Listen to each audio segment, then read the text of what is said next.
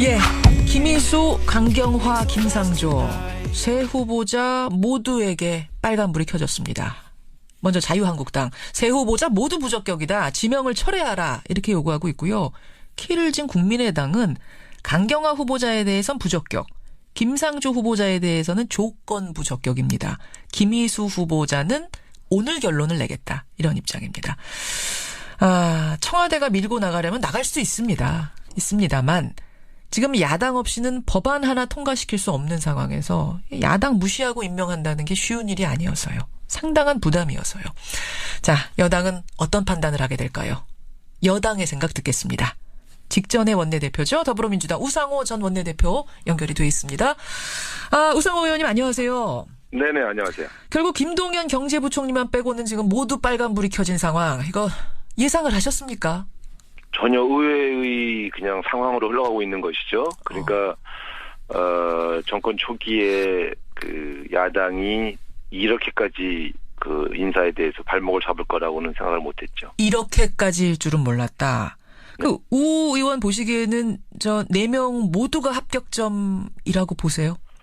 글쎄 이제 그 후보자에 따라서 본인들이 인정한 과실들이 있고 그 과실에 대한 사과도 했지 않습니까? 예. 약간의 경중은 있겠지만 대체로는 저 정도면 장관 직무를 수행하는 데 있어서 결정적인 하지나 도덕적인 어떤 결점이 있는 건 아닌 것 같다. 이렇게 국민들이 봐주시는 것 같아요. 흠은 있지만 낙마 사유까지는 아니다. 이런 판단. 저는 그렇게 보고 있습니다. 근데 지금 만약에 야당 원내대표라면 문제는 지적하되 아마 야당의 부적격 의견을 달아서 청문 보고서 채택은 할 수 있는 분들이라고 봅니다. 그 정도 상황이다. 네. 지금 가장 위태로운 사람이 강경화 외교부 장관 후보자입니다.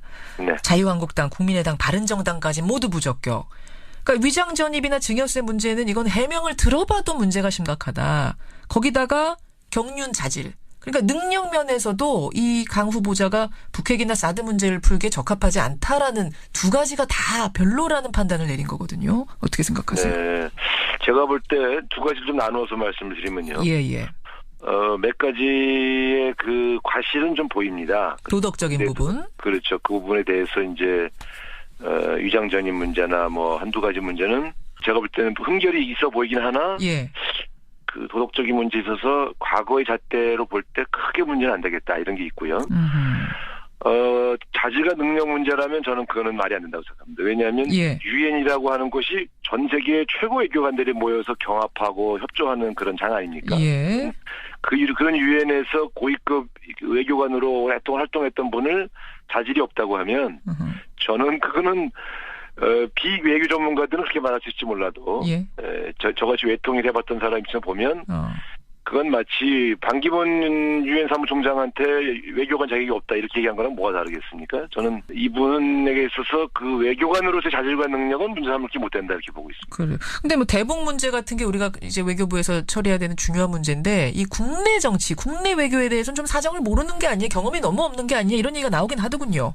일부 경험 부족은 분명히 있겠죠. 그러나 그것은 어느 외교관이 외교부 장관을 맡아도 자기의 주 전문 분야라는 것은 원래 다 다르기 때문에 어떻게 그러한 외교적 전문가들을 조화롭게 통솔할 것이냐는 리더십을 봐야지 어떤 특정 분야의 전문성만 들여다본다면 그건 적절한 자질평가 방식은 아니라고 봅니다. 그럼 유엔에서 했던 경험들을 미루어 봤을 때 안 해본 분야도 아마 잘 해낼 수 있을 거다. 그 정도 능력이 된다라고 우 의원은 보신다는 겁니다. 저는 뭐 충분히 자격이 된다고 보고 있습니다. 그럼 민주당은 강경화 후보자 적격이다. 청와대 임명 절차 그냥 뭐 지원하는 쪽으로 방향 잡으신 거예요?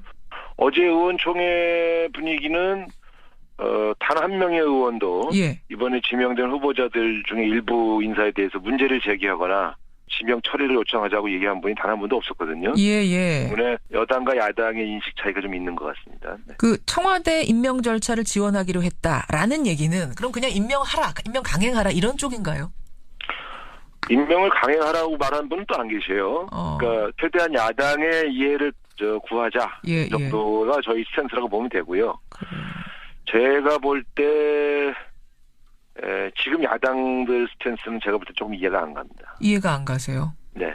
왜냐하면 정말 딱 한 명만 낙마시키겠다 이런 입장이라면 그 초기에 이낙연 총리 후보자에 대해서는 협조를 해줬어야죠. 그런데 예. 지금 인사를 발표하면 발표할 때마다 지금 발목을 잡고 있거든요. 예. 단 한 명 흔쾌한 적이 없지 않습니까? 그렇죠. 그 점에서 제가 볼 땐 너무 초기에 야당의 그 존재를 드러내야 한다고 하는 강박증에 사로잡힌 게 아니냐. 야당이 존재감 강박증에 사로잡혀서 이러는 거 아니냐? 그렇게 봅니다. 그렇지 않고서야 예. 이낙연 지사부터 김희수, 김상주, 강경화에 이르기까지 초반에 발표한 인사 전체를 문제 삼는 거는 제가 볼 땐 이해가 잘 가지 않죠. 근데 지금 빌미를 준 측면도 있다는 지적이 많아요. 무슨 말인 거 아니? 위장 전입이니 증여세 탈루니 뭐 이런 문제들 대통령의 5대 원칙으로 나는 공직자에서 그런 사람들 배제하겠다라고 공약을 분명히 했었던 것. 발목 잡힐 빌미를 준 거 아니냐? 네. 그러니까 이런 거죠. 그렇다면 그 5대 기준을 제시하고 그것을 제대로 지키지 못한 측면들을 강하게 공박을 해야지. 예. 그것 때문에 사람에 대한 인준 혹은 인사청문 보고서 자체를 반대하는 것은 저는 잘못된 스탠스라고 보는 거죠. 솔직한 말로 자유한국당 같은 경우는 예. 본인들에게 소속되어 있던 장관 중에 현재 2명이 이제 감옥에 가 있지 않습니까? 그렇죠. 지금 전혀 자신들의 기준으로 보더라도 앞뒤가 맞지 않는 주장을 하고 있는 겁니다. 따라서 국민들이 그것을 동의하고 예. 저것은 야당 말이 맞다 이렇게 하기에는 본인들의 정당성조차 잘 지켜지지 않고 있는 거죠. 민주당의 오재세 의원도 그런 말씀하셨더라고요. 그 공약은 완전히 잘못된 공약이었다. 이런 이제 반성의 얘기도 하셨던데 지금 내부에서 그런 얘기가 좀 나와요? 근데 이런 거죠. 예를 들어 본인이 정권을 잡으면 좀 엄격하게 인사 검증을 하겠다 이런 의사 표현의 일종인데 예. 경중을 가리지 않고 무조건 이제 말하자면 제외한다는 것처럼 이렇게 표현된 것은 제가 봐도 좀 과도했다고 봅니다. 다만 이번 인사를 통해서 예. 이제는 그렇게 할 수 없다는 것을 지금 뭐 대통령도 인정하신 거 아니겠어요? 그러니까 그런 점에 대해서 여야가 그래서 새로운 기준을 만들어 달라 이렇게 부탁까지 하신 거니까. 알겠습니다. 그 점에 대해서는 여야 대화가 필요하다고 봅니다. 네. 자, 강경화 후보자 그렇고 또 한 명이 이제 김상조 공정거래위원장 후보자인데 여기는 자유한국당은 안 된다는 거고 국민의당은 조건을 걸었어요. 뭐냐면 부인의 학교 채용 특혜 의혹에 대해서 감사 청구하고 검찰 고발을 상임위가 의뢰를 해라. 그러면 우리가 보고서 채택해 주겠다. 이거 받아들일 수 있습니까? 그건 조건을 걸어서 찬성한 것처럼 보이지만 그 조건 자체가 무리하기 때문에 사실 반대죠, 그건. 네. 결국은 지킬 수 없는 조건이라고 보세요. 그렇죠. 만약에 감사원 감사 청구까지 하고 고발까지 그럴 뿐이면 낙마시키라는 요구죠. 어떻게 여당이 장관을 임명하면서 그 장관에 관련된 사람들을 고발할 수 있겠습니까? 아니 근데 뭐 지킬 수 없다고 생각하지 마시고 검찰 고발했는데 문제 없으면 문제 없는 거 아닙니까? 너무 단순한 얘기인가요? 그 대통령이 임명한 인사를 여당이 고발하는 이런 모습을 보였을 때 그게 과연 청와대와 당 사이에 인사 잡음으로 안 갈까요? 제가 볼 때는 그렇게 간격을 버리려는 일종의 그 이간술책이죠. 이간질. 네, 제가 볼 땐 감사원 감사 청구라든가 검찰 고발이라는 것은 결국 야당이 주장한 의혹을 자기 스스로 입증을 못했기 때문에 수사기관이나 여러 가지 권력 감찰기관에게 그 자신들의 야당의 주장이 입증될 때까지 조사하도록 강제하자 이런 아이디어 아닙니까? 그렇죠. 저는 그 야당 의원들이 밝혀냈어야지. 자신들이 못 밝혀낸 걸 소위 사법기관에다가 그 조사를 시켜라. 그러면 이건 여기서 끝내지 않고 계속 쟁점을 삼겠다는 뜻인데 저는 다른 사람은 몰라도 김상조 후보자에 대해서 야당들이 문제 얘기하는 건 전 솔직히 납득이 잘 안 갑니다. 차라리 반대면 반대라고 솔직하게 얘기하지. 이게 지금 무슨 이제 이간 술책이냐 지금 그런 말씀을 하셨어요. 무슨 짓이냐까지 아니어도 저렇게 접근할 때는 저게 무슨 생각을 하고 하는지 왜 모르겠어요. 저도 야당 원내대표 해본 사람 아니니까. 그러면 결국은 강경화 후보자, 김상조 후보자 둘 다 자유한국당, 국민의당이 다 비토놓은 거라고 판단을 하시는 건데 이 상황에서 어떻게 합니까? 물론 밀고 나갈 수는 있습니다. 김희수 후보자 빼고는 대통령이 뭐 원하면 얼마든지 밀고 나갈 수는 있는데 그렇게 해서 협치가 깨지게 되면 지금 뭐 추경이니 정부조직법 뭐 개편안이니 이거 다 걸리는 문제여서요. 이런 경우에는 저는 정도로 가야 한다고 봅니다. 정도? 네. 어떤 게 정도입니까? 국민들의 이 여론에 귀를 기울이면서 또 야당의 이해를 최대한 구하고 협조를 기다리면서 그러나 적어도 지금 이 순간에 야당과 협력하기 위해서 정략적으로 뭐 누구는 되고 누구는 안 되고 거래하거나 이렇게 하면 저는 오히려 국민들이 실망하실 거라고 봅니다. 이른바 빅딜 이런 것은 안 되고.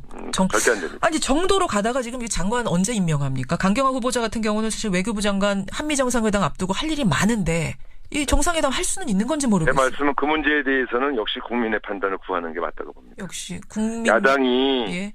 예를 들어 여당이 봐도 저 참 합리적이고 저 정도는 우리가 얘기 들어줘야 한다 이런 수준의 주장을 할 때는 다소 국정 운영에 무리가 있어도 협치를 위해서 양보를 해야 되겠지만 예. 지금처럼 지나치게 정략적으로 나오고 조금 국민의 상식이 어긋나는 수준에서 어깃장을 놓을 때는 국민에게 직접 호소하면서 묵묵히 갈 수밖에 없다고 봅니다. 강행은 아니라고 보시는 거고 대국민 호소 아마 그렇게 하다 보면은 국민 여론에 의해서 야당도 움직이지 않겠는가 그걸 기대해봐야 된다 이 말씀이시죠. 저는 그렇게 접근하는 것이 맞다고 봅니다. 시간이 좀 걸려도. 네, 그렇습니다. 알겠습니다. 여기까지 오늘 말씀 확인하도록 하죠. 우상호 의원님 고맙습니다. 네, 감사합니다. 더불어민주당 우상호 전 원내대표였습니다.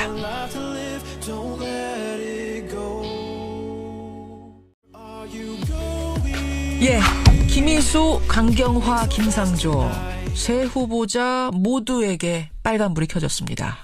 먼저 자유한국당 세 후보자 모두 부적격이다. 지명을 철회하라 이렇게 요구하고 있고요. 키를 진 국민의당은 강경화 후보자에 대해선 부적격, 김상조 후보자에 대해서는 조건 부적격입니다. 김희수 후보자는 오늘 결론을 내겠다. 이런 입장입니다. 청와대가 밀고 나가려면 나갈 수 있습니다. 있습니다만 지금 야당 없이는 법안 하나 통과시킬 수 없는 상황에서 야당 무시하고 임명한다는 게 쉬운 일이 아니어서요. 상당한 부담이어서요. 자, 여당은 어떤 판단을 하게 될까요? 여당의 생각 듣겠습니다. 직전의 원내대표죠. 더불어민주당 우상호 전 원내대표. 외교관 자격이 없다 이렇게 얘기한 거랑 뭐가 다르겠습니까? 저는 이분에게 있어서 그 외교관으로서의 자질과 능력은 문제 삼을게 못 된다 이렇게 보고 있습니다. 그래. 근데 뭐 대북 문제 같은 게 우리가 이제 외교부에서 처리해야 되는 중요한 문제인데 이 국내 정치, 국내 외교에 대해서는 좀 사정을 모르는 게 아니에요. 경험이 너무 없는 게 아니에요. 이런 얘기가 나오긴 하더군요.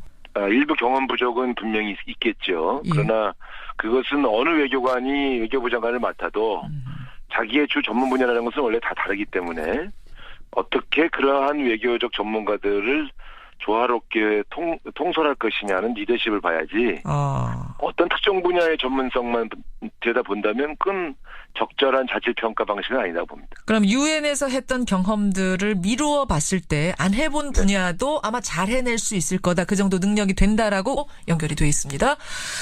우상호 의원님 안녕하세요. 네네, 안녕하세요. 결국 김동연 경제부총리만 빼고는 지금 모두 빨간불이 켜진 상황. 이거 예상을 하셨습니까?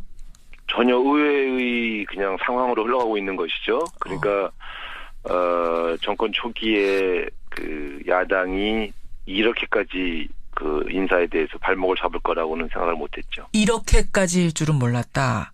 그 우 의원 보시기에는 저 4명 모두가 합격점이라고 보세요?